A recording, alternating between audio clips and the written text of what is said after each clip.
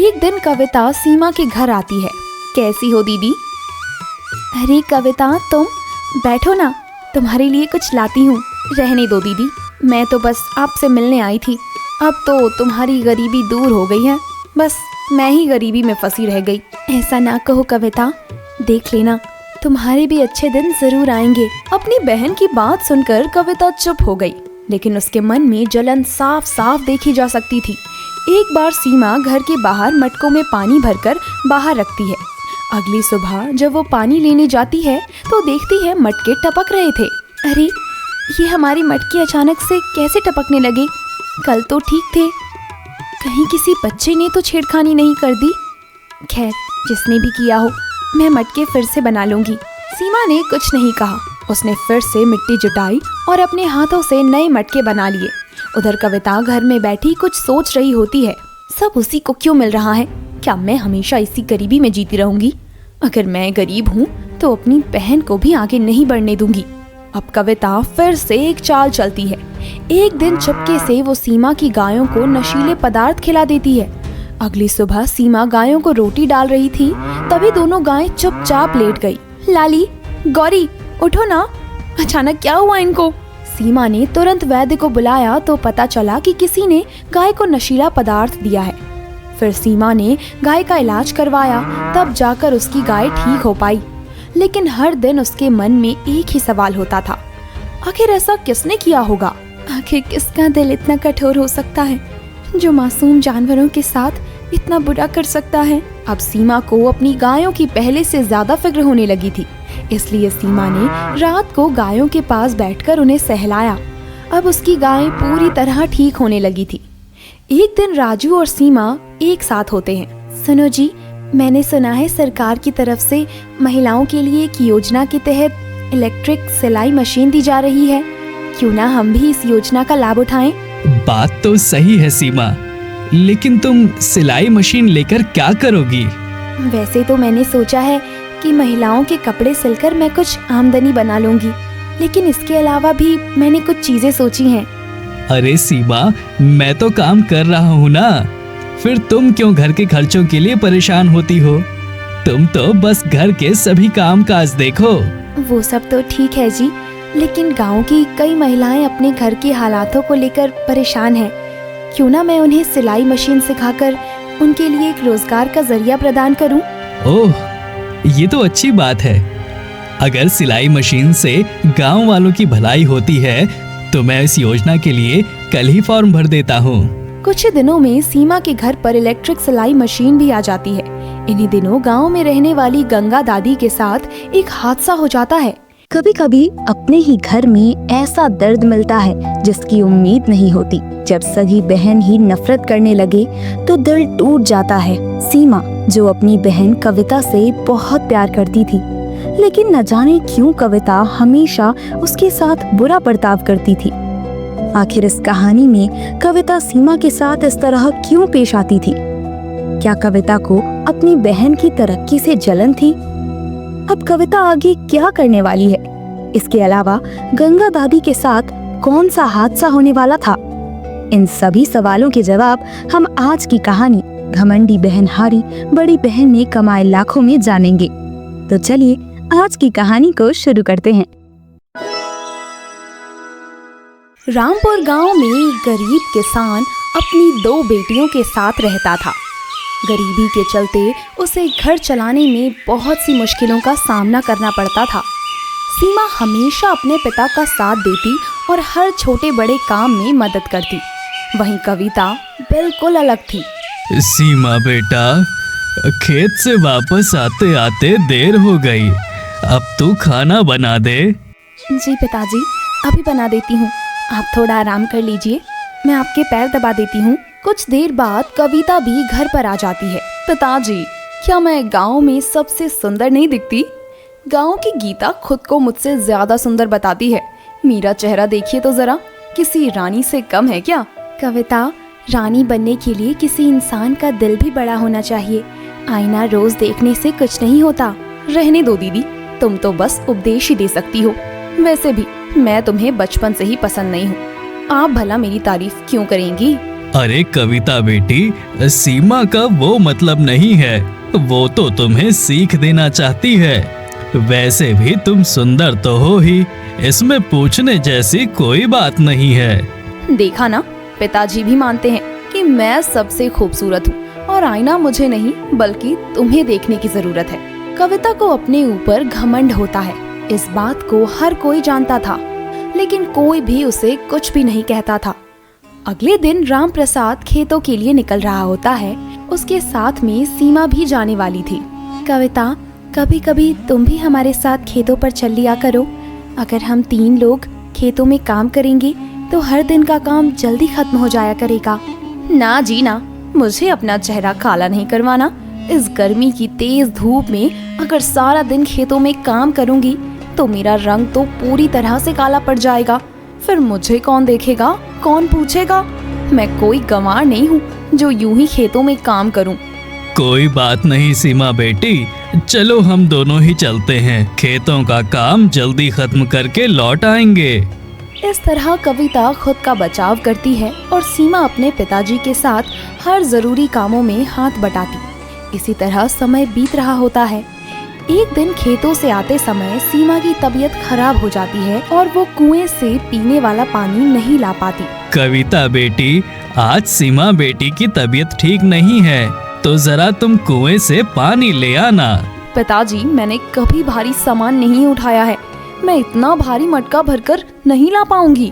कविता, पिताजी भी थक गए हैं, बस आज तुम चली जाओ, फिर कल से मैं पानी ले आया करूंगी। दीदी, मुझसे मटका नहीं उठ पाएगा।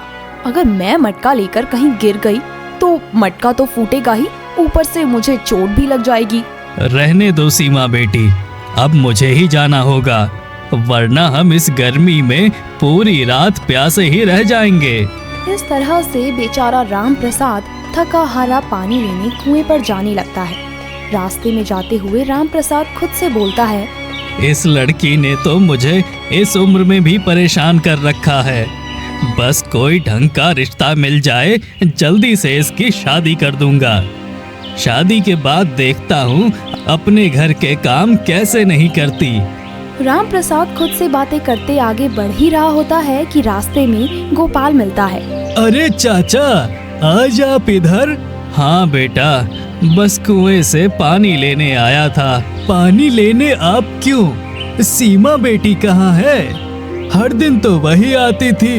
हाँ बेटा, रोज सीमा ही आती थी, लेकिन आज उसकी तबीयत ठीक नहीं थी तो। अच्छा, तो कविता बेटी कहाँ है? अब क्या ही बताऊं बेटा, अपने मुंह से अपनी बेटी की बुराई नहीं करना चाहता, लेकिन सच तो यही है कि कविता घर का कोई काम नहीं करती, बस दिन भर आईने के सामने खुद को निहारती रहती है। ये तो गलत बात है चाचा, जवान बच्चों के होते हुए भी बूढ़े माँ बाप को तकलीफ उठानी पड़े, फिर तो ऐसे बच्चों का होना ना होना एक बराबर है। क्या करें बेटा, सोच रहा था कि इसके लिए कोई रिश्ता मिल जाए तो इसकी शादी कर दूं, शायद शादी के बाद इसे थोड़ी बहुत अकल आ जाए। हाँ चाचा, ये बात तो सही कही आपने। वैसे मेरी नजर में एक लड़का है, वो भी लड़की ढूंढ रहा है। अगर आप कहें तो मैं उसके परिवार से शादी की बात करूं। हाँ, क्यों नहीं बेटा, मुझे तुम पर यकीन है, तुम जो भी रिश्ता बताओगे अच्छा ही होगा। इस तरह से गोपाल शादी की बात आगे बढ़ाता है।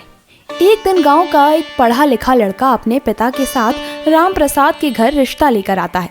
वो कविता को देखने आए थे। कुछ देर बाद दयाराम और राजू राम प्रसाद के घर में आकर बैठ जाते हैं। फिर सभी लोग बातें करने लगते हैं। भाई साहब, आपको घर ढूंढने में कोई दिक्कत तो नहीं हुई?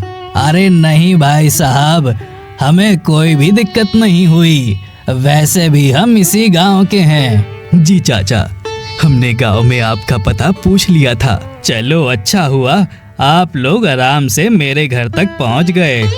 अब राम प्रसाद कविता को दूसरे कमरे से बुलाता है।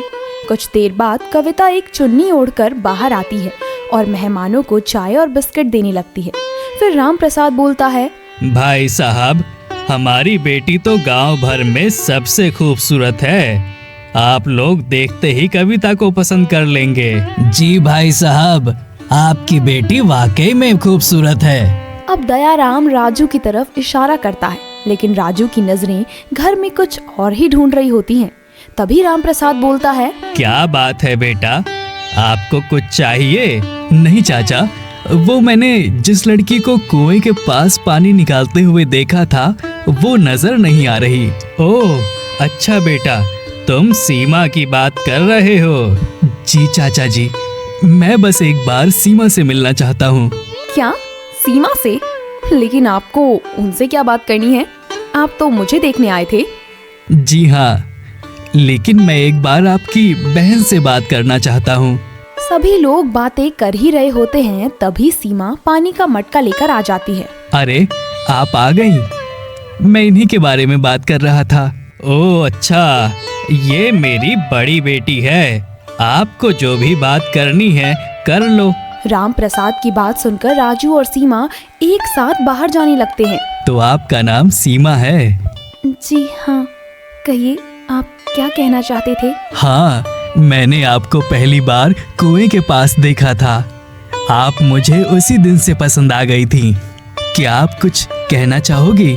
मुझे नहीं पता कि आपसे क्या बात करूं, लेकिन आप मेरी बहन को देखने आए थे तो आपको उससे बात करनी चाहिए। मुझे आपके जैसा ही जीवन साथी चाहिए, जो सच्चा हो और अपने परिवार की देखभाल कर सके। कुछ देर बाद राजू और सीमा घर के अंदर आ जाते हैं। चाचा, मुझे आपकी बड़ी बेटी पसंद है। माफी चाहूंगा, हम कविता के लिए आए थे, लेकिन मुझे सीमा पहले से ही पसंद है। अच्छा ठीक है बेटा, वैसे भी हमें कुछ सालों बाद सीमा की भी शादी करनी है, तो हमें इस रिश्ते से कोई एतराज नहीं है। कुछ दिन बाद सीमा की शादी उसी लड़के से हो जाती है। शादी सादगी से होती है, लेकिन पूरे गांव की दुआओं के साथ। एक दिन कविता अकेली कमरे में बैठी होती है। मेरे साथ गलत हुआ है, आखिर उस सीमा में क्या था जो मेरे में नहीं था? उस दिन के बाद कविता के भीतर कुछ टूट सा गया था। बाहर से वो अभी भी खुद को सबसे सुंदर समझती थी, पर उसके भीतर गुस्सा और खालीपन पलने लगा। वो धीरे धीरे उसके लिए आने वाले सभी रिश्तों को ठुकराने लगी। ये सब देखते हुए राम प्रसाद बोलता है, बेटी, तेरी उम्र निकलती जा रही है। आखिर कब तक ऐसे ही हर रिश्तों को ठुकराती रहेगी? पिताजी, मैंने अपने जीवन भर में गरीबी और तकलीफें देखी हैं। अब मैं फिर से किसी गरीब के घर में शादी नहीं करना चाहती। इस तरह से समय बीतता रहा। कविता की उम्र 36 के पार हो गई। अब वो रिश्ते आना बंद हो चुके थे। गांव की लड़कियां जिनके साथ वो आईना देखा करती थी, सब ससुराल जा चुकी थी। अरे कविता, तुम अभी तक अपने पिताजी के घर पर ही रहती हो? तुम्हारी शादी ही नहीं हुई अभी तक? इतनी उम्र में अब कौन करेगा तुमसे शादी? कविता को अपने पड़ोसियों की बात सुनकर बुरा लगता है, लेकिन वो चुपचाप अपने रास्ते जाने लगती है। फिर वो खुद से बोलती है, लोग मेरे बारे में ऐसा क्यों बोलते हैं? क्या मेरा सुंदर होना जुर्म है? आखिरकार एक दिन एक रिश्तेदार ने एक साधारण लड़के का रिश्ता बताया। लड़का गरीब लेकिन मेहनती था। कविता ने भारी मन से उस रिश्ते के लिए हाँ कर दी। शादी के बाद अब दोनों बहनें एक ही गांव में रहने लगी थी।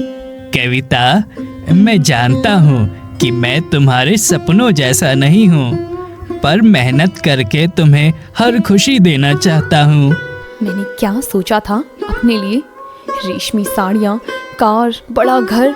मेरे पास इतना कुछ तो नहीं, पर मैं सच्चे दिल से तुम्हारे लिए वो करूँगा जो मुझसे हो सकता है। कुछ महीने बीते। घर की हालत खराब थी। पैसे की तंगी, छोटा सा कमरा और सीमित खाना। कविता हर रोज अपने ससुराल में परेशान रहने लगी थी। ये कैसी जिंदगी है?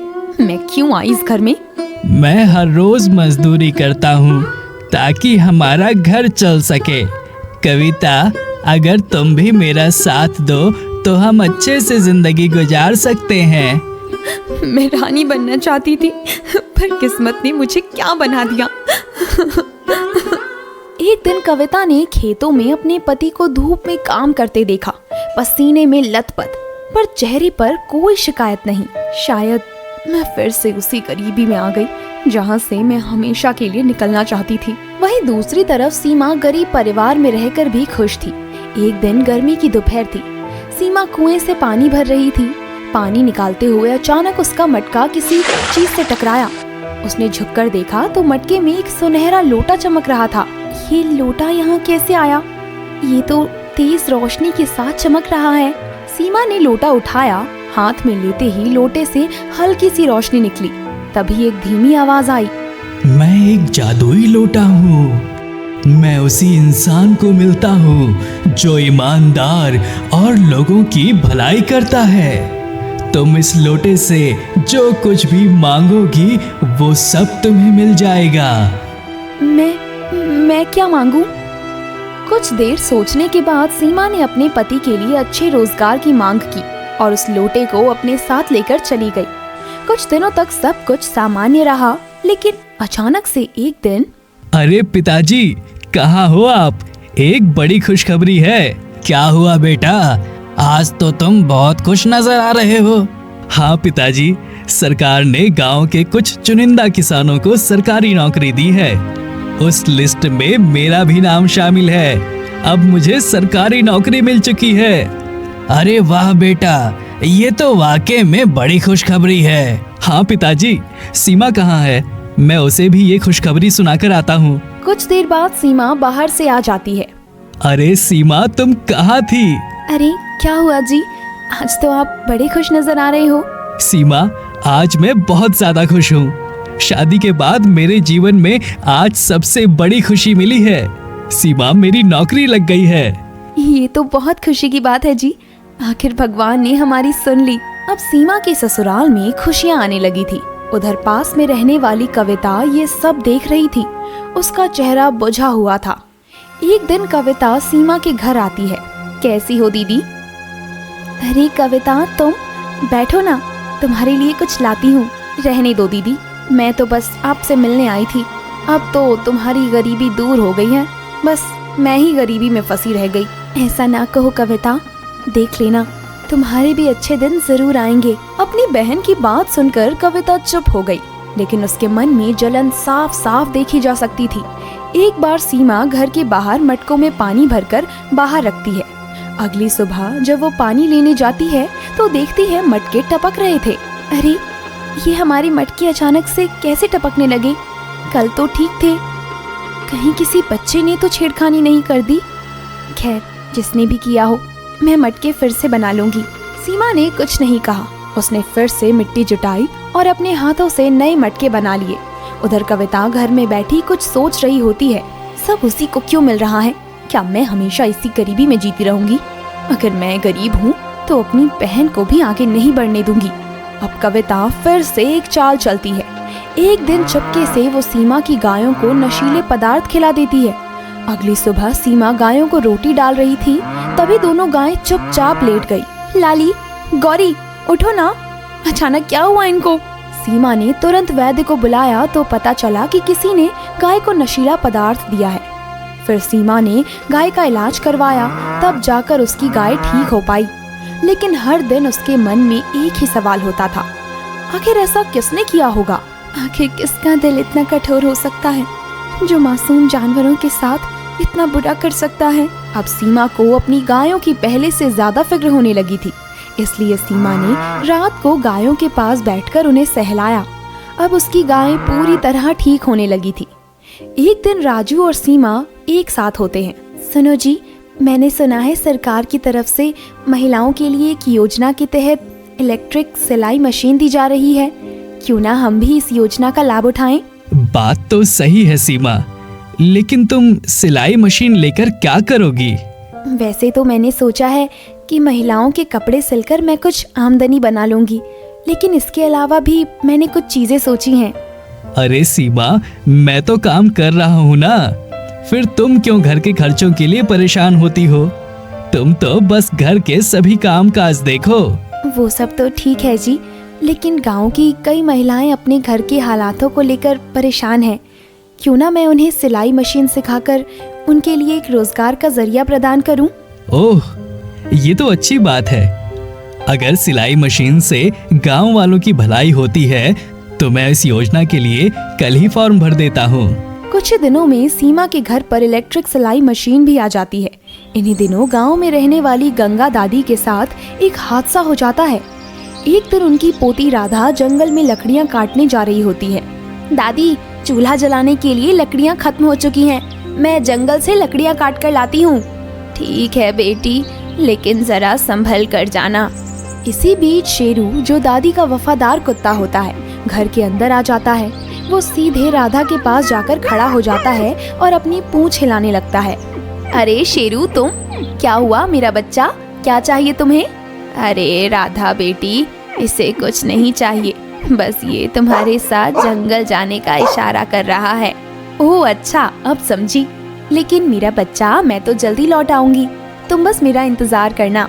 राधा के समझाने पर भी शेरू नहीं मानता। वो बार बार उसके पास आता है। फिर गंगा दादी बोलती है, अरे राधा बेटी, ये नहीं मानेगा, तुम इसे भी अपने साथ ले जाओ। कुछ देर बाद राधा शेरू के साथ जंगल की तरफ निकल जाती है। जंगल में पहुंचने के बाद राधा शेरू से बोलती है, शेरू तुम यहीं ठहरो, मैं जंगल से कुछ लकड़ियां काट लेती हूँ, फिर हम एक साथ घर चलेंगे। अब शेरू पूंछ हिलाते हुए एक जगह पर रुक जाता है और राधा लकड़ियां काटने के लिए जंगल के एक पेड़ की तरफ जाने लगती है। उस पेड़ के पास कुछ अंडे रखे हुए थे, लेकिन राधा की नजर से वो अंडे अभी अनदेखे थे। अब राधा एक छोटे से पेड़ पर कुल्हाड़ी से वार करने लगती है। उधर कुछ दूरी पर एक जहरीला सांप राधा की तरफ देख रहा होता है, लेकिन राधा इस बात से पूरी तरह बेखबर थी। इस पेड़ की लकड़ियां तो काफी अच्छी हैं। अगर मैं इनके छोटे छोटे टुकड़े कर लूं तो कई दिनों तक इस्तेमाल कर सकती हूँ। राधा लकड़ियां काटने में मग्न थी, तभी वो जहरीला सांप राधा के पास आकर उसके पैरों में काट लेता है। राधा एकदम से दर्द भरी आवाज में चीख पड़ती है, आह! ये मुझे क्या हो रहा है? मुझे चक्कर क्यों आ रहे हैं? बचाओ, बचाओ, बचाओ, कोई है? राधा की आवाज सुनकर शेरू दौड़ा दौड़ा उसके पास जाता है और सांप को जाते देख लेता है। फिर राधा को जमीन पर लेटे हुए देखकर शेरू भौंकने लगता है। कुछ समय बाद वो गंगा दादी के पास जाता है और इशारा करते हुए उसे अपने साथ जंगल में ले जाता है, जहाँ पर राधा अब तक दम तोड़ चुकी थी। हे भगवान, ये अचानक क्या हो गया? मेरी राधा, मेरी लाडली राधा अब नहीं रही। जो बच्ची मेरा सहारा थी, जिसने मेरी हर बात सुनी, वो अब नहीं रही। हे भगवान, तूने ऐसा क्यों किया? राधा की जगह मुझे अपने पास बुला लिया होता। इस तरह से अब राधा दुनिया छोड़कर चली गई थी। पड़ोस के राजू ने राधा का अंतिम संस्कार कर दिया और सीमा अब गंगा दादी की देखभाल करने लगी थी। दादी, आप बिल्कुल भी चिंता ना करें। राधा मेरी छोटी बहन जैसी थी, इस नाते मैं भी आपकी पोती की तरह हूँ। मैं आपकी सेवा करूँगी और आपको कभी भी अकेला नहीं छोड़ूंगी। सीमा अपनी बात कह रही होती है, तभी वहाँ खड़े शेरू की आंखों से आंसू छलक जाते हैं। फिर राधा उसे अपने पास बुलाकर उसे सहलाने लगती है। रो मत मेरे बच्चे, अब से हम दोनों गंगा दादी का ख्याल रखेंगे। इसी तरह दिन बीतते जाते हैं। अब शेरू सीमा से अटैच हो चुका था। अब वो ज्यादातर सीमा के घर पर रहता और रात के समय गंगा दादी के घर चला जाता। एक दिन कविता सीमा के घर आती है। कैसी हो दीदी? मैं ठीक हूँ कविता, कहो कैसे आना हुआ? कुछ नहीं दीदी, बस सुना था कि आपको सिलाई मशीन मिली है, तो सोचा मैं भी आपके यहाँ कपड़े सिलाई का काम सीख लेती हूँ। हाँ हाँ, क्यों नहीं, तू तो मेरी छोटी बहन है।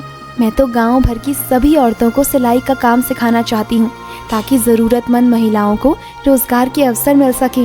अब सीमा की बात सुनकर कविता को जलन होती है और वो मन ही मन सोचने लगती है, अगर सीमा ने गांव की दूसरी औरतों की भलाई की तो ये गांव भर में मशहूर हो जाएगी। फिर सभी लोग सीमा की तारीफ करते फिरेंगे। नहीं नहीं, मैं ऐसा हरगिज नहीं होने दे सकती। मुझे कुछ तो करना होगा। क्या हुआ कविता, कहाँ खो गई? कहीं नहीं दीदी, बस यही सोच रही थी कि गांव की भलाई करके आप तो गांव भर में मशहूर हो जाओगी। अरे नहीं बहन, मैं तो बस लोगों की मदद करना चाहती हूँ। मेरा हमेशा से यही मानना है कि जिन परिवारों की हालत खेती के बाद भी नहीं सुधरती, उनके लिए कुछ ऐसा किया जाए जिससे उनके घर की स्थिति बेहतर हो सके। मैं चाहती हूँ कि कोई भूखा ना सोए और हर घर में खुशहाली हो। अच्छी सोच है दीदी। अच्छा दीदी, क्या मैं आपकी इलेक्ट्रिक मशीन देख सकती हूँ? हाँ क्यों नहीं, मशीन दूसरे रूम में रखी है, देख लो। अब कविता सिलाई मशीन के पास जाती है और जलन भरे नजरिए से उसे देखने लगती है। वहीं पर शेरू भी होता है। ओह, तो ये है वो मशीन, इसे तो मैं अभी खराब कर देती हूँ, फिर देखती हूँ सीमा क्या करती है। अब कविता सिलाई मशीन से कनेक्टेड बटन को लगातार कई बार प्रेस करती है। इसी बीच मशीन में से अचानक से धुआं निकलने लगता है। ये सब देखकर शेरू जोर जोर से भौंकने लगता है। फिर सीमा वहाँ पर आ जाती है। अरे कविता, ये सब कैसे हो गया? पता नहीं दीदी, जब मैं यहाँ पहुँची तो अचानक से मशीन में धुआं निकलने लगा, लेकिन सुबह तक तो ये मशीन ठीक थी, अचानक ये सब कैसे हो सकता है? ये तो मुझे भी नहीं पता, लेकिन हो सकता है इलेक्ट्रिसिटी की कोई प्रॉब्लम हो रही हो। कोई बात नहीं कविता, अगर मशीन सही हो सकी तो मैं इसे फिर से सही करवा लूंगी। ठीक है दीदी, मुझे भी घर पर कुछ काम है तो मैं अब चलती हूँ।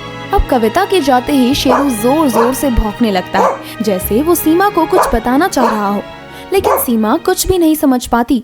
कुछ दिन बाद सीमा को याद आता है कि उसके पास अभी भी वही जादुई लोटा है। फिर वो लोटे की मदद से एक नई सिलाई मशीन मांग लेती है। अब अगले दिन नई मशीन देखकर कविता की जलन 7वें आसमान पर चढ़ जाती है, लेकिन इस बार वो कुछ नहीं कर पाती। कुछ समय बाद गांव में फसलों की कटाई शुरू होनी थी। इस बार तो कविता ने हद ही कर दी। वो फिर से एक चाल चलती है। एक दिन कविता सीमा के खेतों के पास होती है।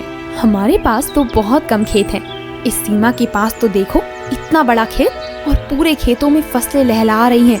नहीं नहीं, मुझसे इसकी सारी फसलें देखी नहीं जा रही। मैं कल ही इसकी फसलों में जहरीले खाद फेंक दूंगी, फिर देखती हूँ इसके पास कैसे फसलें होती हैं। अगली शाम कविता सीमा के खेतों में जहरीले खाद डाल रही होती है। तभी शेरू वहाँ पहुँच जाता है और जोर जोर से भौंकने लगता है। फिर शेरू को देखकर कविता डर जाती है। अरे ये कुत्ता कहाँ से आ गया? मुझे यहाँ से जल्दी निकलना होगा, नहीं तो ये मुझे काट खाएगा। अब वो कुत्ता घर जाकर सीमा के पास भौंकने लगता है और खेतों पर चलने का इशारा करता है। कुछ देर बाद जब सीमा खेतों पर पहुंचती है तो देखती है खेतों में कुछ हिस्से की फसल एकदम सूख गई है और वहाँ पर अजीब सी बदबू आ रही है। ये सब किसने किया होगा? अब सीमा की बात सुनकर शेरू भौंकने लगता है, लेकिन सीमा को कुछ समझ नहीं आता। अगले दिन जब सीमा उस लोटे के साथ होती है तो कविता उसे खिड़की में से झांक रही होती है। अब वो सब कुछ समझ जाती है कि यही लोटा सीमा की हर बार मदद करता है, तो सारा चमत्कार इस लोटे का है। क्यों ना आज शाम को मैं इस लोटे को चुरा ले आऊं? हाँ, और फिर मैं इस लोटे से हर चीज मांगकर ऐसे आराम की जिंदगी जीऊंगी। उधर सीमा शेरू से कहती है, शेरू, आज हमें अपने खेतों की रखवाली करनी होगी। अगर हमारी फसलें बर्बाद हो गई तो साल भर का अनाज नहीं हो पाएगा और फिर हमें खाने की नौबत आ जाएगी। शाम होते ही सीमा और शेरू खेतों पर जाते हैं। उधर कविता चोरी चुपके से उस लोटे को चुरा लेती है और खेतों के रास्ते अपने घर की तरफ जाने लगती है। अब तो मैं गांव में ऐशो आराम से जी पाऊंगी, लेकिन सबसे पहले मुझे इस लोटे से क्या मांगना चाहिए? हाँ, सबसे पहले मैं इस लोटे से अपने लिए नए नए कपड़े मांग लेती हूँ। कुछ देर सोचने के बाद कविता जादुई लोटे से बोलती है, ए जादुई लोटे, मुझे सुंदर सुंदर कपड़े और गहने दे दे। उसके ऐसा बोलते ही उसके पूरे शरीर पर एक साथ कई सांप रेंगने लगते हैं, जिसकी वजह से वो डर जाती है और जोर जोर से चिल्लाने लगती है। इसी बीच लोटे में से आवाज आती है, सुन घमंडी लड़की, अब तेरे कुकर्मों का घड़ा भर गया है, आज तेरी मौत निश्चित है। इसी बीच सीमा और शेरू कविता की आवाज सुनकर वहाँ पर पहुँच जाते हैं। अरे कविता, तुम और तुम्हारे हाथ में मेरा ये लोटा? दीदी, मुझे माफ कर दो, मैंने इस लोटे की चोरी की है, मुझे बचा लो दीदी। मैंने आपके साथ हर बार गलत किया है, लेकिन आज मेरी सोच से घमंड का पर्दा हट गया है। प्लीज दीदी, मुझे बचा लो, मैं अभी नहीं मरना चाहती। कविता की बात सुनकर सीमा सब कुछ समझ जाती है और लोटा लेकर अनुरोध करती है, ये जादुई लोटे, मुझे अच्छी तरह पता था कि मेरी बहन बचपन से ही घमंडी थी, लेकिन आज तुमने उसकी आंखों से घमंड का पर्दा हटा दिया है। मैं आपसे अनुरोध करती हूँ कि आखिरी बार एक मौका दे दो।